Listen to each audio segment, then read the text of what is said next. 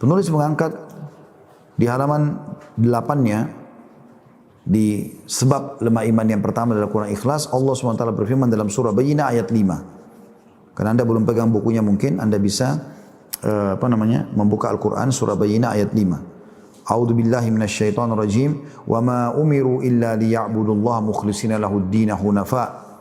Padahal mereka tidak disuruh kecuali supaya menyembah Allah dengan memurnikan ketaatan kepadanya dalam menjalankan agama yang lurus.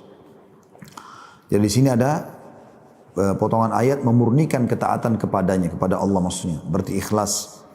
Juga dalam surah Al-Hajj ayat 37, dalil yang kedua, Allah berfirman, A'udzu billahi minasyaitonir rajim, la yanalallaha luhumuha wala dima'uha walakin yanalut taqwa minkum. Daging-daging unta dan darah-darah yang kalian sembelih itu untuk kurban sekali-kali tidak dapat mencapai keridhaan Allah, akan tetapi ketakwaan dari kamulah yang dapat mencapainya. Allah tidak butuh dagingnya, tidak butuh darahnya, yang butuh kamu tahu ini sebuah perintah atau enggak. Ibnu Abbas radhiyallahu anhu berkata, artinya adalah bahwa yang dapat sampai kepada Allah adalah niat dari orang yang melakukan hal itu. Dan nilai suatu perbuatan amat tergantung pada niat. Barang siapa yang baik niatnya, maka perbuatannya itu akan menjadi baik dan ia pasti teguh, terhindar dari kelemahan dan terhindar dari fitnah dalam beragama. Dan ia akan terhindar dari kesesatan dan penyimpangan. Sebagaimana Allah berfirman dalam surah Al-Hijr ayat 40. Surah Al-Hijr ayat 40. A'udzu billahi minasyaitonir rajim illa ibadaka minhumul mukhlasin. Iblis berkata, ya, saya akan sesatkan mereka semua anak Adam ini kecuali hamba-hambamu yang ikhlas di antara mereka. Baik teman-teman sekalian. Kita akan coba bedah dulu sebelum lanjutkan paragrafnya.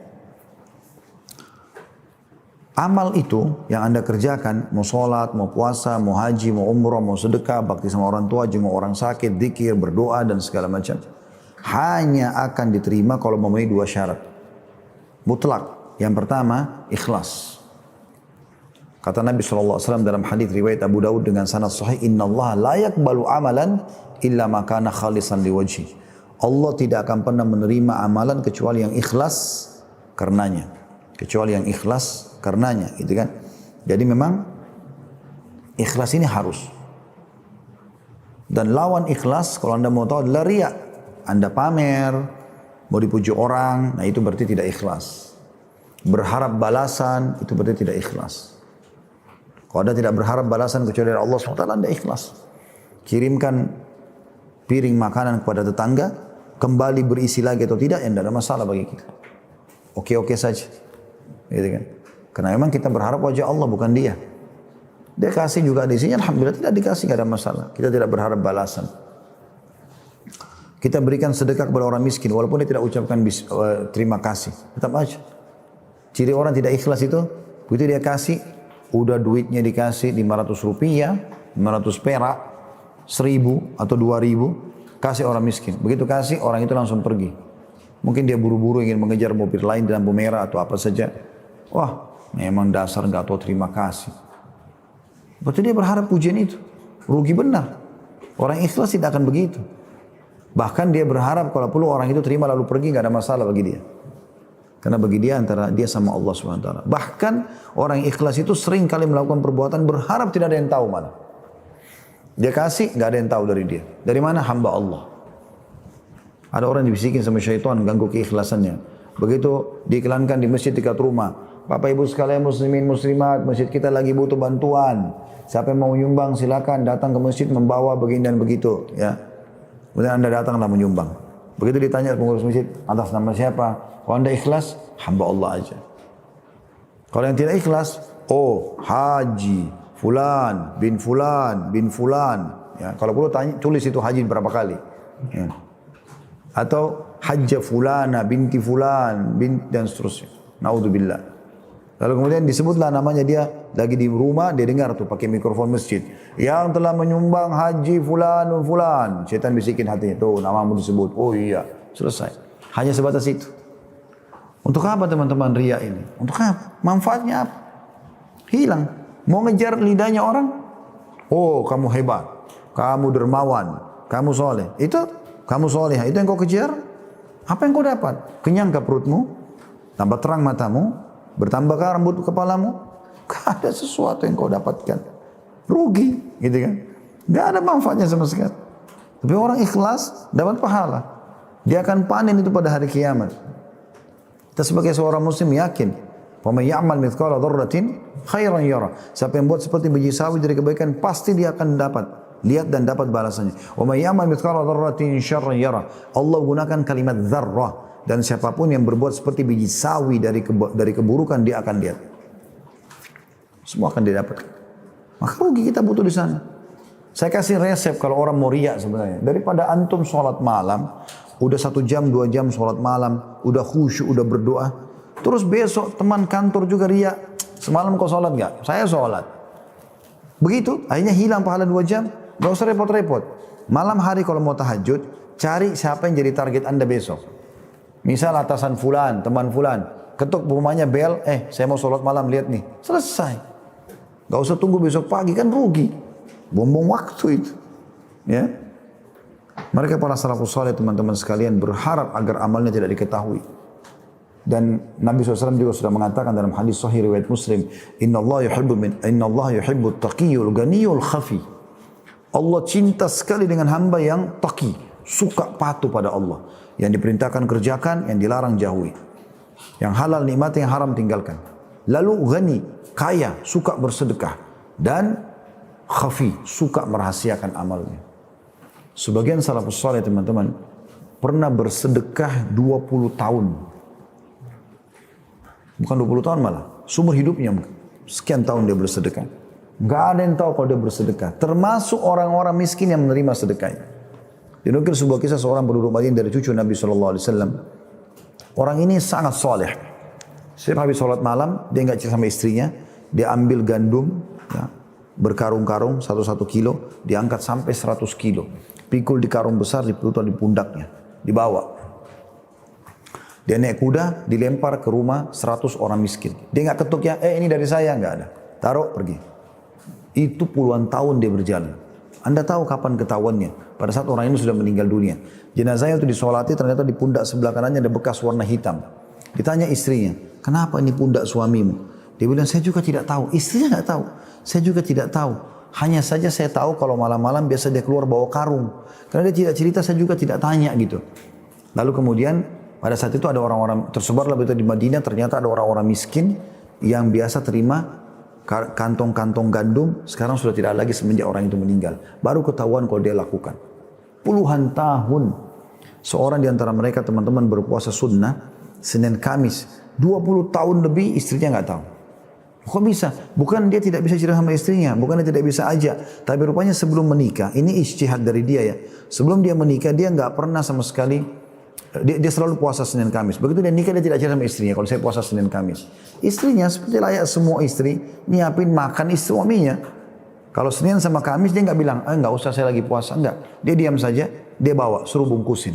Istrinya pikir dia makan, dia kebetulan punya toko di satu tempat gitu ya. Di kota Irak pada saat itu, salah satu kota di Irak. Dia pergi, kemudian dia buka puasa. Kalau dia lagi makan siang, dia panggil orang miskin, dikasih makanan itu. Dia pulang ke rumahnya setelah maghrib. 20 tahun dia buka puasa, baru dia pulang ke rumahnya makan. Istrinya pikir dia nggak puasa. Untuk jaga keikhlasan. Seseorang di antara mereka teman-teman sekalian, pada saat dia tidur malam hari, dia tidurin istrinya. Sampai tidur kemudian dia bangun sholat malam. Sampai istrinya tidak tahu bertahun-tahun begitu. Satu malam istrinya terkaget, lalu lihat suaminya sholat. Dibiarkan sama dia. Besok dilihat sama lagi. Terus begitu. Dan selalu kalau pagi-pagi matanya suaminya sampai memerah, kurang tidur. Lalu dia tegur satu malam suaminya pas turun, bos mau sholat malam, lalu kemudian dia mengatakan, wahai suamiku, kasihanilah dirimu. Aku perhatikan kau setiap malam begini. Entah sudah berapa lama kau nggak istirahat. Lalu kata suaminya, tidurlah wahai istriku kalau kau mau tidur. Sesungguhnya apa yang saya lakukan kebaikan buat saya dan kebaikan buat kamu juga. Maksudnya kalau saya masuk surga nanti kau juga dapat sama. Mereka menjaga amal itu. Jaga. Ada seseorang salafus saleh pernah sholat malam di hutan, diikuti oleh seseorang dan ketahuan dia sholat malam, gitu kan. Maka temannya ini kebetulan, ya, yang ikuti dia, yang tahu dia sholat malam, diam-diam dia selalu dengar ayat yang dibaca, doa yang dibaca gitu. Pas sudah menjelang subuh, dia terdengar ada semak belukar. Maka orang yang sedang sholat ini kaget, lalu dia mengatakan, semoga Allah merahmatimu, keluarlah. kau mata-matai saya. Maka temannya mengatakan, iya, saya mau tahu karena selama ini saya dengar cerita kalau kau tidak pernah tinggalkan sholat malam, maka saya mau cari tahu. Apa kata orang yang ketahuan amal solehnya ini? Dia bilang apa? Di tengah hutan berdua sama temannya, dia mengatakan, saya mohon kepadamu, tolong rahasiakan apa yang kau lihat. Dia mohon supaya jangan dicerita.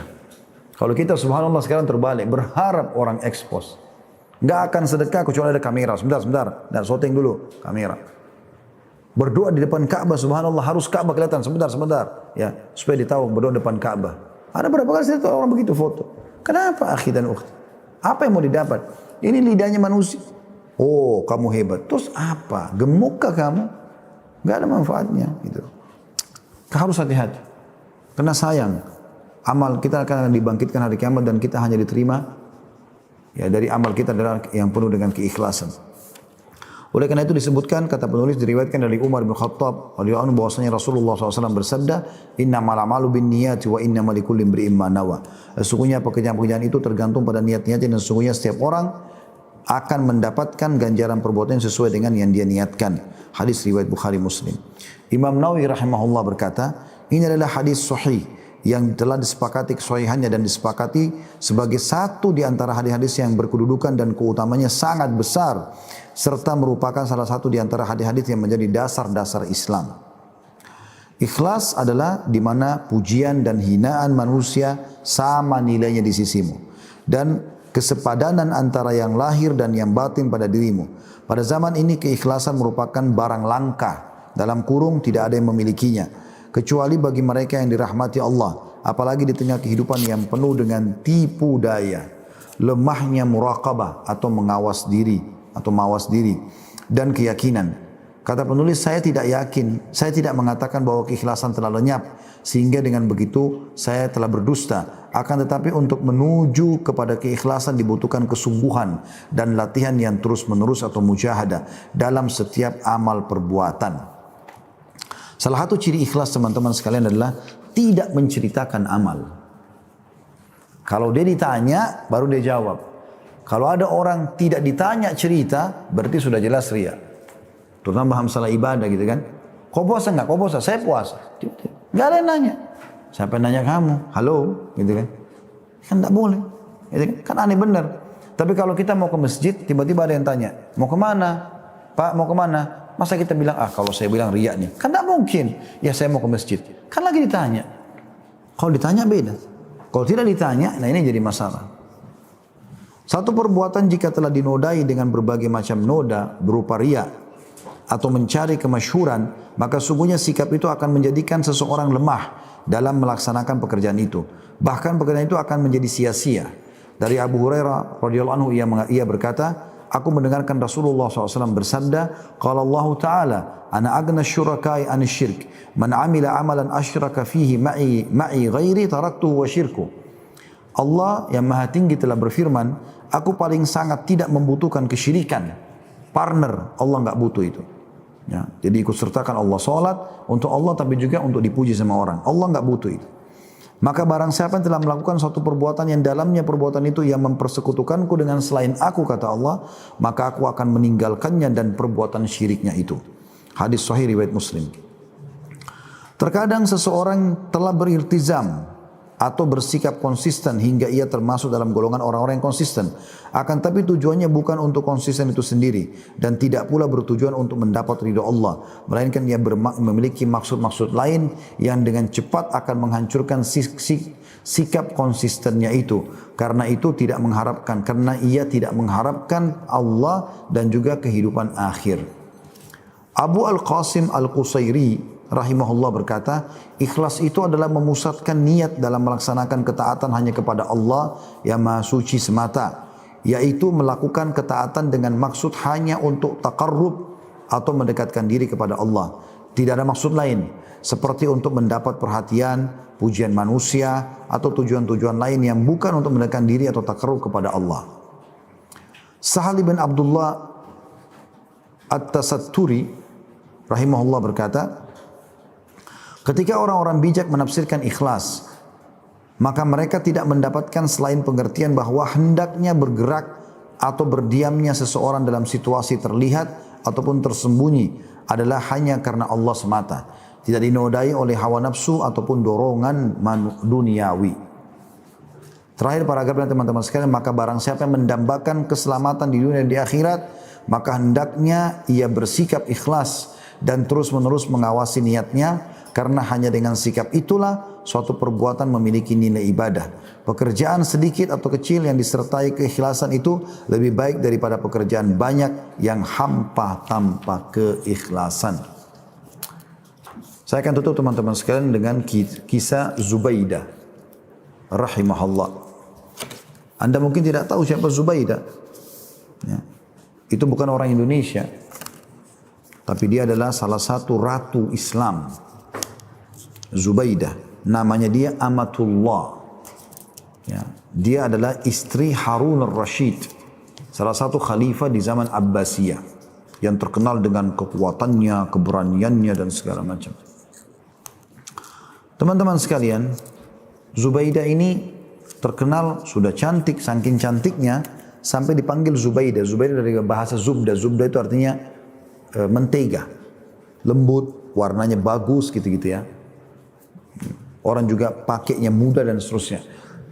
Jadi dia menggabungkan antara kecantikan, kedudukannya sebagai ratu, dan rajinnya beribadah terutama sedekah.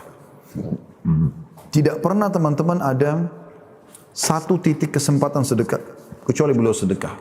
Kalau Anda keluar dari Arafah menuju ke Muzdalifah satu waktu Anda pergi haji atau Anda umrah insyaAllah, pada saat Allah juga sudah bukakan kembali biidznillah, maka antara Arafah dengan Muzdalifah itu ada gunung, itu umumnya pasti dilewati oleh bus-bus umumnya. Di sebelah kanan itu ada gunung, kalau Anda menuju ke Muzdalifah ada tembok seperti tembok benteng tapi tidak terlalu besar ya. Itu panjang sekali, itu adalah saluran air Zam-Zam. Dan juga antara Mekah, Taif sampai ke Irak ya, karena dulu ibu kota dinasti Abbasiyah dulu di Irak ya. Sampai ke Irak ya di Baghdad, itu setiap berapa meter sekali, berapa, mungkin kalau kita sekarang ukuran 1 kiloan atau 2 kilo, pasti ada sumur. Ada sumur, itu semua perbuatannya Zubaidah rahimahullah. Jadi beliau suka sekali melihat, oh ternyata waktu pergi haji, kok susah sekali ya jemaah haji ini. Padahal zaman dulu tuh dia pun, walaupun dia ratu, dia pakai unta. Gak ada AC kayak kita sekarang, tetap capek gitu kan. Tapi beliau akhirnya buat uangnya dia sendiri pribadi, mulailah dia buat sumur-sumur, sampai yang jadi semua. Setiap ada jihad, dia ikut partisipasi. Semua dia ikutin, subhanallah. Satu waktu dalam sebuah kisah dinukil, pada saat dia meninggal Zubaidah, ada satu ponakannya yang sayang sekali sama dia, dan memang selalu dibantu juga oleh Zubaidah. Bermimpi tantenya ini datang. Maka dalam mimpi karena tidak bisa diatur pertanyaan, ponakannya bilang, wahai tanteku, beritahukan kepadaku, apa yang Allah balas kamu sekarang? Dia mengatakan, kata tantenya, Zubaidah bilang dalam ini mimpinya ya, Allahu alam, kita tidak tahu, tapi begitu dia mengatakan, semua Allah enggak terima. Kata dia, sedekahmu untuk jemaah haji air tidak diterima, jihad tidak diterima, ini enggak diterima. Lalu kata dia, lalu bagaimana keadaanmu sekarang tante? Kata dia, alhamdulillah Allah selamatkan saya. Justru dengan sholat malam yang saya kerjakan tidak ada yang mengetahuinya. Itu luar biasanya, gitu kan? Jangan juga Anda mengatakan teman-teman, oh kalau begitu berarti kita harus tutupi semua amal soleh. Tidak, Anda sesuaikan. Kalau amal soleh itu memang harus terang-terangan, kayak sholat berjamaah, jihad, Anda mencari nafkah rezeki di luar, Anda haji, karena harus dilihat orang, apa boleh buat, tinggal kontrol diri. Tapi amal yang Anda sudah kerjakan sendiri, kayak sholat malam, sholat duha, ada orang minta tolong Anda bantu dari belakang, tidak ada yang tahu, Anda mengaji, yang nggak usah dibuka. Karena kalau Anda buka amal yang tersembunyi ini, maka akan menjadi riya tentunya. Allah